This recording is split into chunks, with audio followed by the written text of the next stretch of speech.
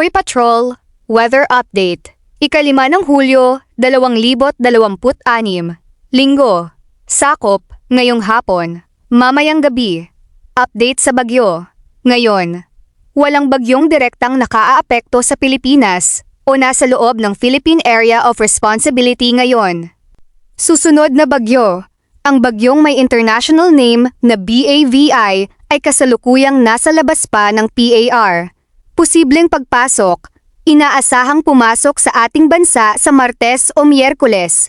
Lokal na pangalan, tatawagin itong INDAY kapag formal nang pumasok sa PAR. Layo, nasa humigit kumulang 1,500 kilometro silangan ng Mindanao sa kasalukuyan, patuloy na gumagalaw pa kanluran, hilagang kanluran.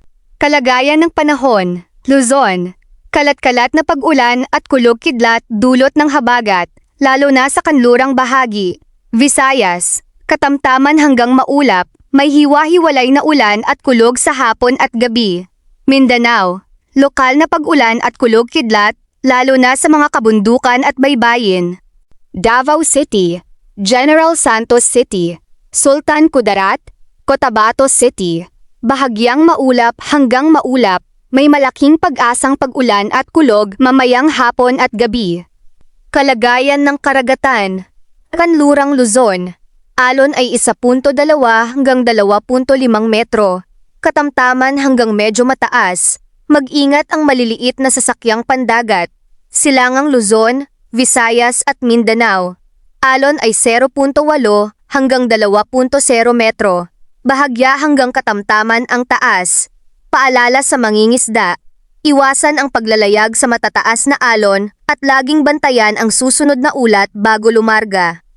Pangkalahatang paalala, magdala palagi ng payong at proteksyon, mag-ingat sa biglaang pagbaha, pagguho ng lupa at pagkidlat kulog. Manatiling nakatutok dito sa KHOY Patrol para sa pinakabagong balita pagdating sa Bagyong Inday.